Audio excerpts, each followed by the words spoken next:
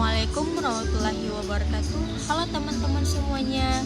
Perkenalkan, nama saya Zahra Rinanda Asrum dengan NPM 022724112222 dari Fakultas Ekonomi dan Bisnis, Program Studi Akuntansi.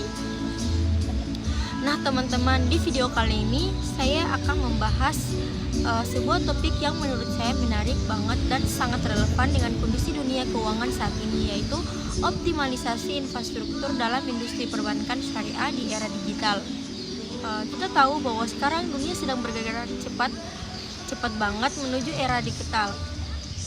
Hampir semua aktivitas ekonomi keuangan sudah beralih ke platform digital, mulai dari transaksi jual beli, pembayaran, sampai investasi, semuanya bisa dilakukan secara online. Nah, hal ini tentu juga berdampak besar pada industri perbankan, termasuk perbankan syariah. Kalau dulu kita harus datang ke bank, antri di teller, isi formulir, dan tanda tangan berlembar-lembar dokumen. Sekarang cukup buka aplikasi di HP, klik beberapa kali, dan transaksi selesai dalam hitungan detik. Tapi teman-teman, di balik semua kemudahan itu ada satu hal besar yang bekerja keras di belakang layar, yaitu infrastruktur perbankan. Infrastruktur inilah yang memastikan semua layanan digital bisa berjalan lancar, aman, dan sesuai prinsip syariah. Tanpa infrastruktur yang kuat, nggak mungkin bank syariah bisa memberikan layanan modern yang nyaman seperti sekarang. Apalagi di tengah persaingan yang semakin ketat dengan bank konvensional dan vintage non syariah. Bank syariah harus mampu membuktikan bahwa mereka bisa go digital tanpa kehilangan nilai-nilai Islam. Nah, dalam video ini saya akan menjelaskan secara lengkap tentang apa itu infrastruktur perbankan syariah, bagaimana perkembangan digital mengaruhi operasional bank, inovasi layanan yang dilakukan bank syariah, tantangan dan peluang di era digital, serta bagaimana bank bisa menjaga keamanan dan kepercayaan nasabahnya. Tujuan dari penjelasan ini bukan cuma supaya kita tahu teori aja, tapi juga biar kita bisa paham bagaimana prinsip-prinsip Islam ternyata bisa berjalan beriringan dengan kemajuan teknologi modern. Jadi, yuk teman-teman, kita simak bersama pembahasan lengkapnya tentang optimalisasi infrastruktur dalam industri perbankan syariah di era digital. Nah, bagian ini penting banget, jadi dasar untuk memahami konsep optimalisasi infrastruktur itu punya peran besar dalam industri perbankan syariah, khususnya di era digital seperti sekarang. Teman-teman pasti sadar ya, sekarang hampir semua dalam hidup kita terhubung dengan teknologi, mulai dari pesanan makanan, pesanan ojek, belanja, sampai transaksi keuangan, semua bisa dilakukan lewat smartphone. Nah, di dunia perbankan, perusahaan ini disebut transformasi digital, dan semua lembaga keuangan mau nggak mau harus beradaptasi, termasuk bank syariah. Bank syariah punya karakter yang sedikit berbeda dibanding bank konvensional. Kalau bank konvensional bekerja berdasarkan sistem bunga, bank syariah beroperasi dengan bagi hasil dan menjauhi praktik riba. Artinya, selain harus modern secara teknologi, bank syariah juga harus memastikan sebuah inovasinya tetap sesuai prinsip-prinsip syariah Islam. Jadi, ketika kita ngomong-ngomong infrastruktur perbankan syariah, yang kita maksud bukan cuma gedung, jaringan, ATM, atau aplikasi digital aja, tapi juga mencakup sistem teknologi informasi yang aman dan efisien, SDM yang memahami keuangan syariah, regulasi dan kebijakan yang mendukung operasional, dan juga komitmen bank untuk menjaga kepatuhan syariah. Nah, optimalisasi infrastruktur ini tujuannya sederhana, supaya dipercaya masyarakat di tengah derasnya perubahan zaman. Bayangin aja kalau bank syariah masih bergantung pada cara manual, sementara nasabah udah terbiasa transaksi digital. Bisa nasabah pindah ke bank lain yang lebih modern. Makanya infrastruktur yang kuat itu ibarat fondasi utama agar perbankan syariah bisa bertahan dan berkembang di era digital. Selain itu, teman-teman, penting juga kita pahami bahwa era digital membawa peluang besar di perbankan syariah. Dengan teknologi, bank bisa menjaga masyarakat lebih luas, termasuk yang sebelumnya punya akses ke layanan keuangan, istilahnya unbanked population. Contohnya, masyarakat di perdesaan yang dulu kesulitan buat rekening, sekarang bisa pakai aplikasi digital untuk membuka tabungan syariah langsung dari HP. Jadi, Poin pertama ini ingin menegaskan bahwa peran infrastruktur digital itu sangat viral, bukan hanya untuk efisiensi, tapi juga untuk pemerataan ekonomi dan penguatan prinsip syariah dalam praktik perbankan modern. Poin kedua yaitu perkembangan digital. Nah teman-teman, setelah kita paham pentingnya infrastruktur di bank syariah, sekarang kita bahas poin kedua yaitu perkembangan digital. Era digital ini benar-benar mengubah wajah industri keuangan termasuk perbankan syariah. Kalau dulu transaksi bank identik dengan antri panjang di teller. Sejak merger pada tahun 2021, BSI langsung fokus memperkuat layanan digital mereka melalui aplikasi BSI Mobile.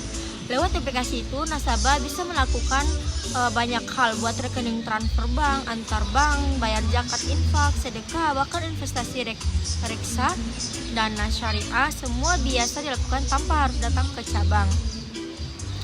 BSI juga mengembangkan fitur BSI Mobile Lifestyle yang lebih interaktif dan relevan dengan kebutuhan anak muda, seperti membeli tiket, donasi sosial, dan top up e-wallet.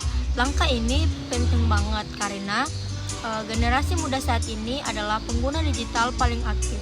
Mereka adalah calon nasabah masa depan. Selain BSI, ada juga Bank Muamalat Indonesia yang mulai memperkuat layanan digitalnya dengan menghadirkan Muamalat DIN, Digital Islamic Network.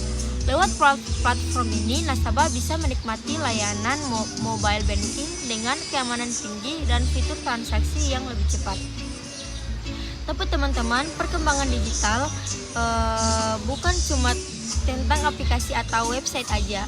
Lebih dari itu, ini juga menyangkut budaya kerja baru di dunia perbankan. Karyawan harus terbiasa dengan sistem otomatis analisis data dan penggunaan teknologi seperti AI, Artificial Intelligence untuk meningkatkan efisiensi kerja. OJK, Otoritas Jasa Keuangan sendiri juga sudah mendorong digitalisasi mulai dari program digital lembaga keuangan syariah untuk menciptakan solusi digital yang efisien, aman, dan patuh syariah.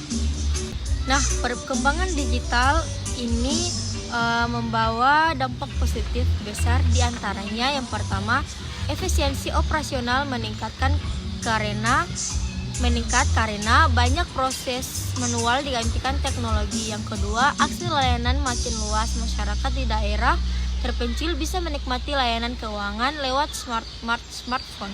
Yang ketiga, pengalaman nasabah lebih baik transaksi, jadi cepat, mudah, dan bisa dilakukan kapanpun. Yang keempat, peluang inovasi terbuka besar seperti integrasi dengan finansial syariah atau layanan zakat digital. Tapi tentunya ada juga tantangannya yang muncul seperti risiko keamanan data, ancaman siber, dan kesenjangan literasi digital di masyarakat. Makanya infrastruktur digital bank syariah harus benar-benar disiapkan dengan matang, bukan hanya teknologi canggih, tapi juga sistem keamanan yang kuat dan edukasi kepada nasabah. Teman-teman, dari pembahasan ini kita bisa lihat bahwa digitalisasi bukan lagi pilihan, tapi harus. Kalau bank syariah ingin tetap eksis dan dipercaya, mereka harus berani merubah dan berinovasi sambil tetap menjaga nilai-nilai Islam sebagai fondasi utama. Poin ketiga yaitu infrastruktur teknologi. Nah teman-teman, sekarang kita masuk ke pembahasan yang jadi tulang punggung dari semua sistem digital di bank syariah, yaitu infrastruktur teknologi. Tanpa infrastruktur teknologi yang kuat, semua upaya digitalisasi yang kita bahas sebelumnya nggak akan bisa berjalan lancar. Kalau kita bayangkan infrastruktur teknologi itu seperti jantung dan pembuluh darah di tubuh manusia, dia yang memompa dan mengalirkan semua aktivitas, mulai dari transaksi keuangan, penyimpanan data, sampai layanan digital ke nasabah. Begitu sistem lemah, maka seluruh operasi bank juga akan terganggu. Nah, infrastruktur teknologi di bank syariah ini mencakup beberapa komponen penting. Yang pertama, hardware dan software. Pendukung seperti server, jaringan komputer, aplikasi, dan sistem berbasis data. Yang kedua, jaringan komunikasi yang menghubungkan cabang ATM hingga layanan digital ke satu sistem terpusat. Yang ketiga, data center dan cloud system, tempat penyimpanan keuangan dan transaksi nasabah dengan aman.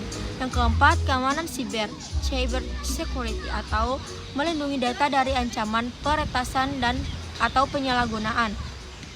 Teman-teman, di era digital ini semua komponen itu harus bekerja secara terintegrasi, nggak bisa hanya mengandalkan satu sistem saja. Misalnya bank punya aplikasi bagus tapi servernya lambat, hasilnya tetap bikin nasabah kesal dan menurunkan kepercayaan. Contoh penerapan nyata bisa kita lihat di Bank Syariah Indonesia yang menggunakan hybrid cloud infrastruktur, yaitu kombinasi antara server internal dengan layanan cloud eksternal untuk meningkatkan fleksibilitas dan keamanan. Dengan sistem ini, data transaksi bisa diakses lebih cepat tapi tetap terlindungi di bawah penguasaan internal bank. Selain itu, beberapa fintech syariah seperti Alami, Amama, dan Investre Syariah juga memanfaatkan teknologi API, yaitu Application Programming Interface, untuk menghubungkan layanan mereka dengan sistem bank. Jadi misalnya ketika investor melakukan pembiayaan platform fintech, sistem otomatis mencatat transaksi sistem bank tanpa perlu input manual. Inilah contoh nyata integrasi infrastruktur digital yang efisien.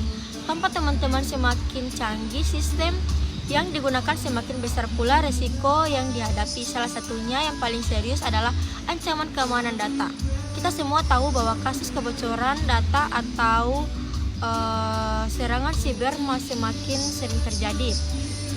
Makanya, Bank Syariah harus benar-benar serius dalam hal cyber security. Langkah-langkah yang bisa dilakukan misalnya menggunakan enkripsi data untuk melindungi informasi sensitif. Menerapkan multifaktor authentication untuk login nasabah, melakukan audit sistem secara rutin, dan yang gak kalah penting, memberikan pelatihan keamanan digital ke semua pegawai bank. Jadi teman-teman, infrastruktur teknologi ini bukan cuma soal perangkat keras, tapi juga tentang manajemen sistem dan kesiapan sumber daya manusia. Karena teknologi secanggih apapun gak mungkin berguna kalau SDM-nya gak bisa mengelola dengan benar. Intinya, keberhasilan digitalisasi di Bank Syariah sangat tergantung pada beberapa siap infrastruktur teknologinya. Kalau kondisinya kuat, inovasi apapun bisa dikembangkan dengan aman dan efisien. Poin keempat, regulasi dan kebijakan. Nah, setelah tadi kita bahas infrastruktur teknologinya, sekarang kita lanjut ke poin yang gak kalah penting dari regulasi dan kebijakan. Teman-teman, teknologi boleh canggih, tapi kalau nggak diatur dengan regulasi yang tepat, bisa menimbulkan banyak masalah di dunia perbankan syariah. Regulasi punya peran yang sangat penting. Kenapa? Karena semua kegiatan bank harus sesuai dalam hal sekaligus aturan hukum nasional dan prinsip-prinsip syariah Islam. Di Indonesia, lembaga Indonesia yang mengatur hal ini adalah Otoritas Jasa Keuangan atau OJK, mengatur dan mengawasi seluruh kegiatan industri keuangan termasuk perbankan syariah. Dewan Syariah Nasional Majelis Ulama Indonesia atau MUI memastikan semua produk dan layanan bank syariah sesuai dengan prinsip Islam. Nah teman-teman, regulasi yang baik itu ibarat pagar pembatas. Tujuannya bukan untuk menghambat inovasi, tapi supaya semua pihak tetap berjalan di jalur yang benar. Contohnya OJK punya program digital Financial Innovation atau DFI yang mendukung pengembangan layanan keuangan digital termasuk berbasis syariah. Dalam program ini, OJK membantu dan mengarahkan startup finansial syariah agar tetap patuh terhadap hukum dan prinsip Islam. Selain itu, ada juga peraturan Bank Indonesia tentang sistem pembayaran digital yang mengatur keamanan transaksi elektronik. Bank syariah yang mengembangkan layanan digital harus memenuhi standar keamanan ini agar tidak terjadi penyalahgunaan data. Dari sisi syariah, DSN MUI juga aktif mengeluarkan bahwa fatwa terbaru yang menyesuaikan dalam perkembangan zaman. Misalnya fatwa yang terkait menggunakan teknologi digital untuk transaksi murababa, ijarah, dan akad lainnya. Dengan adanya fatwa ini, inovasi digital tetap bisa dilakukan dengan tanpa mengelanggar hukum Islam. Teman-teman, menariknya regulasi untuk mendorong adanya kolaborasi antara Bank Syariah Vintage. OJK melihat kolaborasi ini sebagai peluang besar untuk memperluas akses keuangan ke masyarakat. Namun kolaborasi itu harus tetap mengikuti aturan seperti KYC, Know Your Customer, AML, Anti Money Laundering, dan CFT, Combating the Financing of Terrorism, untuk menjaga keamanan dan transparansi. Dengan kata lain, regulasi dan kebijakan bukan untuk membatasi kreativitas, tapi justru membantu menciptakan lingkungan yang aman, etis, dan sesuai syariah. Nah teman-teman, bisa kita simpulkan bahwa keberhasilan optimalisasi infrastruktur di bank syariah sangat tergantung juga pada dukungan kebijakan pemerintah dan lembaga pengawas. Kalau kebijakannya jelas, bank bisa berinovasi dengan tenang dan nasabah pun merasa lebih aman. Dengan infrastruktur yang kuat, regulasi yang jelas, inovasi yang terus dikembangkan, serta kerjasama antara bank dan Vintage, saya yakin bahwa perbankan syariah Indonesia akan semakin maju, inklusif, dan bisa menjadi pelopor ekonomi halal di era digital global. Akhir kata, semoga penjelasan ini bisa menambah wawasan dan bermanfaat buat teman-teman semua. Terima kasih banyak sudah menyimak sampai akhir. Sampai jumpa di video penjelasan berikutnya. Wassalamualaikum warahmatullahi wabarakatuh.